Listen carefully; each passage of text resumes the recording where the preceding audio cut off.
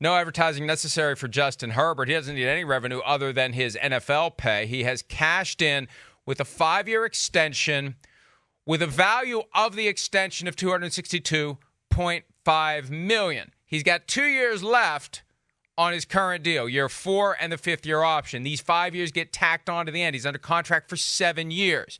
The new money average is $52.5 million, puts him just a little bit above Lamar Jackson. But remember, Lamar Jackson's got a fresh 5 years. Yeah. He doesn't have 2 years he's got to do before then. His is live now. It's new money and actual value at signing. I'm waiting for the full Justin Herbert numbers, but the actual value at signing will be less than 52.5. New money, the number that the agents care about, it's how they one-up each other, and that's what they're doing now. Jalen Hurts, 51. Lamar Jackson, 52. Yeah, right. Justin Herbert, 52.5. Right. And now Joe Burrow's going to get 53, 54, 55 or more. So wait, I want to just get this straight too. It is 7 years, that part of it? It's not. Yes. Okay, all right. I didn't know if the 5th-year option was included in that or not. I wasn't sure how that exactly worked there, Mike, so thanks for clearing that up for me. But, come on. You and I mean, we were talking about this all spring. Shocked? Of course not. We knew this was coming down the pipe. And, kudos to Justin Herbert, the Chargers getting it done. We know Herbert's phenomenal. Herbert's got, superstar potential, superstar talent right now. We're just waiting for that moment or that thing to go, ooh, he's in the mix with Mahomes and Burrow and Allen and Jalen Hurts. And, he hasn't had that game or that moment or that season yet where we've talked about MVP. But I don't think any of us doubt his talent and that he can get there. So not surprised at all. And I give him credit too, Mike, for, in the pantheon of quarterbacks in the world we're in right now, he got to go first. Yeah, that's the way it is. You should go first. He should know right now that, yes, in his mind, he probably thinks he's better than Joe Burrow, but the NFL world doesn't believe that. And that Joe Burrow is going to get, the last licks in this department as far as the contract's concerned. So he gets it done. It's off the table. He doesn't have to worry about it. And now we see what Burrow gets with the with the Bengals, and we see where it all goes from there. And this is one that I was able to calculate fairly quickly because what he was due to make this year, $8.5 million. Next year, under the 5th-year option, $29.5 million. When you add that up with the $262.5, you get $300.5 million over 7 years. You divide that by 7, the average at signing, the value at signing, and this is what pisses the agents off, and I don't care because this is the true value of a 7-year contract. There is no such thing as a 5-year extension. There is no contract where you have to suffer through the next 2 years before you unlock the new money.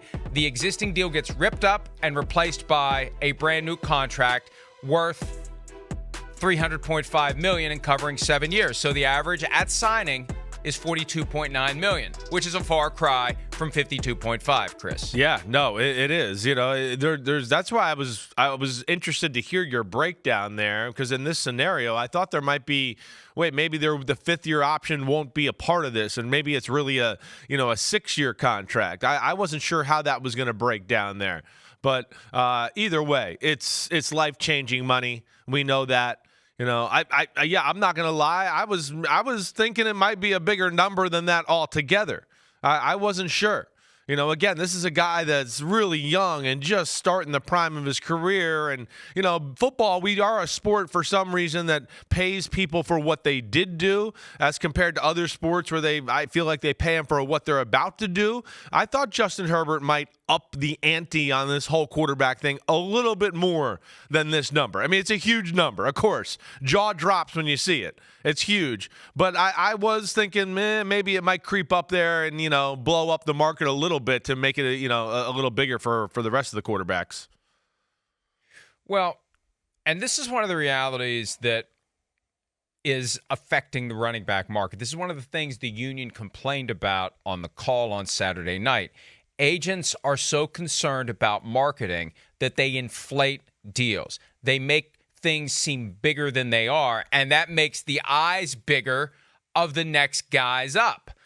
So you're thinking 52 and a half, 52 and a half, 52 and a half. And in this case, the reality is 42.9, 42.9, 42.9 with a 7-year commitment, which means, and we know how these go with quarterbacks, the market will pass this by. 52 and a half will be as irrelevant as Jimmy Garoppolo's 27 and a half was when he went from being the highest paid player in league history for about a month until Kirk Cousins signed with the Vikings at 28.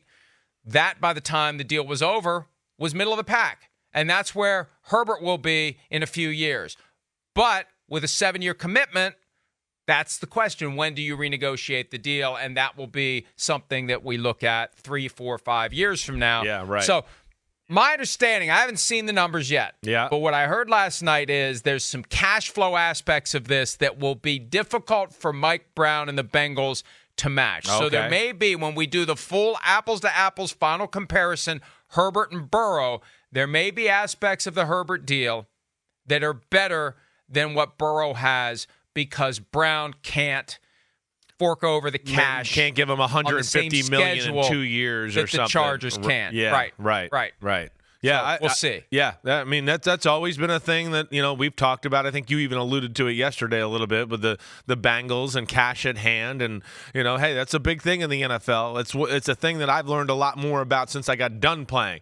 Owners, cash, their ability to pay signing bonuses or big amounts of money within a calendar year or 2 calendar years. Yeah, not all owners are created equal in that department, so there are some advantages to be had. But yeah, that'll be interesting to see the breakdown of the money, what he gets up front. I would think with the 7-year extension and all that, that we're going to see a signing bonus that's going to make us say, wow, or we're going to see a cash flow in the first year here, Mike, that you usually break down on the website that's going to be like, whoa, this is, groundbreaking for 12, 14 months for anybody to make this type of money. Be interested to see if it happens to what you're saying here. And here's the problem with that. When you load a bunch of the cash early into the deal, that gets forgotten. Those checks are deposited, and all you're thinking about is what you're making going forward. So the more of that money that gets paid out early, the lower the salaries are going to be later.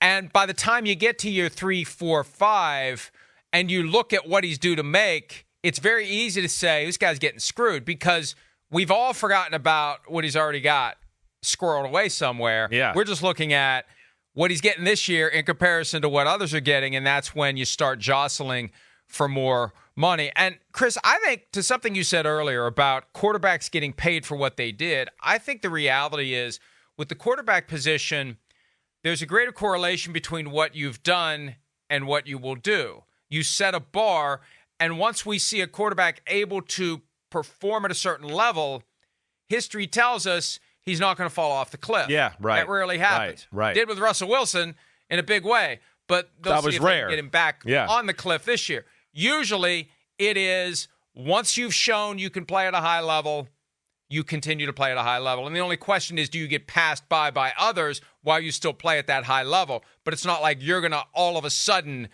go dramatically the other way and make the team say, when in the hell can we get out of this deal? Yeah, no, you're exactly right. That is true. And yeah, if there's anything here, this is going to be more like, like you're explaining a minute ago, it's going to be more like the Mahomes contract probably 5 years from now, 4 years from now. We're going to go, whoa, wait, I'm only getting paid this, whatever. But you make the right point. I mean, we know this is where this league is awesome right now.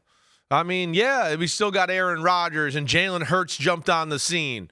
But, I look at it with Burrow, Mahomes, Allen, Herbert, Trevor Lawrence. I mean, we're starting here where these guys are going to be around for the next 12, 14 years. We're in a special era here where these guys, the top 5 of my quarterback rankings, I think that they're all Hall of Fame type talents. This isn't just like, ooh, we think he can be pretty good. These are guys where you go, holy crap. I haven't seen one this big that can throw it like this and then be that smart and make this many good decisions and throw the ball on the run. And Herbert's just a phenomenal talent like that. He's like I told you, I think one of the best pocket passing quarterbacks in football, if not the best. Probably the most consistent mechanics when we broke it down in my quarterback breakdown and all that, Mike. So, yeah, this one is like, duh, you got one. Sign him up, set up your franchise, and hopefully they can build something here around Justin Herbert for a long time. Hi, it's Mike Florio. Thanks for watching PFT on YouTube. Hit subscribe for the latest news and analysis from Pro Football Talk.